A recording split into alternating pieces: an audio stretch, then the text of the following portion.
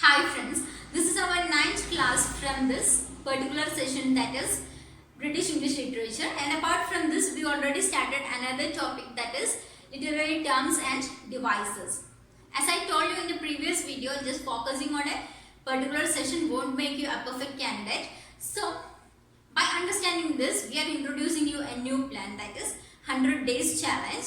So if you are participating in this program, you will get 500 questions at the end of this program, that is 5 questions in each day, and we will send the 5 questions in the morning and we will send the answer in the evening.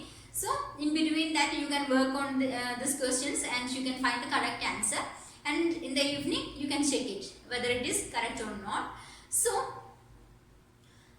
if you are ready to join this program, you can join through link. I will pin that link in the description box. And one more thing, this is completely free for you.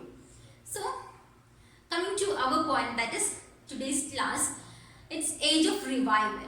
In the previous video, we already talked about the historical events happened in that period, especially the introduction of printing press, then 30 years of war, and English Reformation and all this.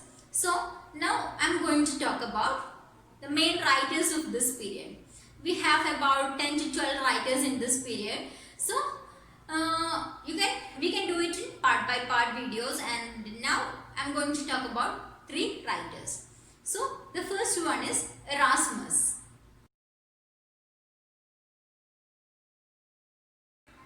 Erasmus was born in 1446 and died in 1536, and he was a philosopher, Christian scholar and humanist. He earned the nickname that was the Prince of Humanists. Just remember this, the Prince of Humanists was Erasmus, and then he chose the pure Latin language as a medium for his writings, and his most important works are On Free Will, In Praise of Folly, then Civility in Children, then Julius Excluded. So apart from this, he translated the Greek Latin version of New Testament, and later it raised questions that would be influential for the emerging of this English Reformation and also the counter-reformation of Catholic Church. So this is it for the topic Erasmus, and the next one is Thomas More.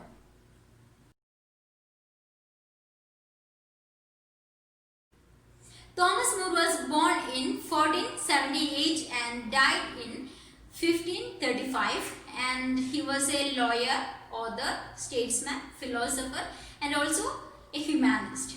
So he served King Henry as Lord High Chancellor of England, and he became famous for his works. That is, first one is Utopia.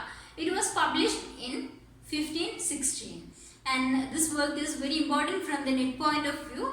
And now just understand, this work is written by Thomas More and published in 1516, and I will do a particular video for this particular work. So the next work is Responsio ad Lutheram. It was written in 1523, and another work is Dialogue of Comfort Against Tribulation. It was published posthumously.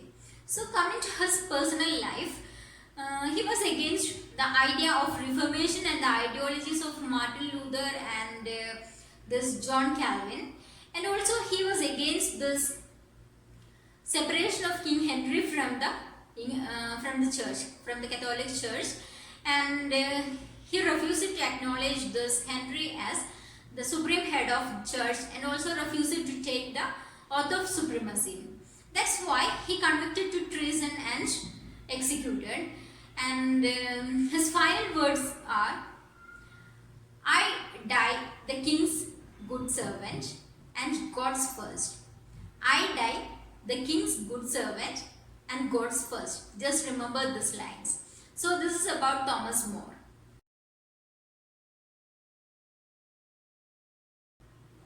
William Tyndale was born in 1494 and died in 1536, and he was a leading figure in the Reformation movement, and he became famous for his translation of Bible into English language, that is Tyndale's Bible.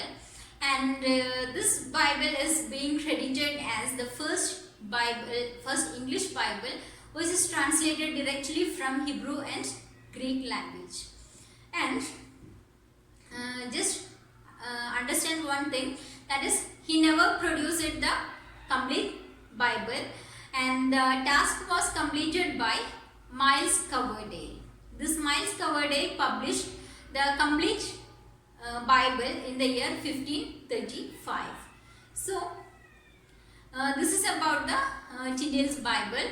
And the next one is next most important work is The Obedience of Christian Men. It was published in 1528, and through this book he states that the king of the country should be the head of church instead of the pope. And this was the idea of Act of Supremacy, and he wrote this book before the Act of Supremacy. So King Henry read this book, and this book has an indirect role in the Act of Supremacy. So his next work was written in 1530, that is Practice of Prelates. Practice of Prelates. This Practice of Prelates was a work against the ideas of King Henry, that is mainly he opposed his idea of annulment of his first marriage, that is the marriage with Catherine of Aragon, and this caused some problems to Tyndale, and he fled from England. And later in 1356 he was captured, and he convicted of heresy, and he was executed by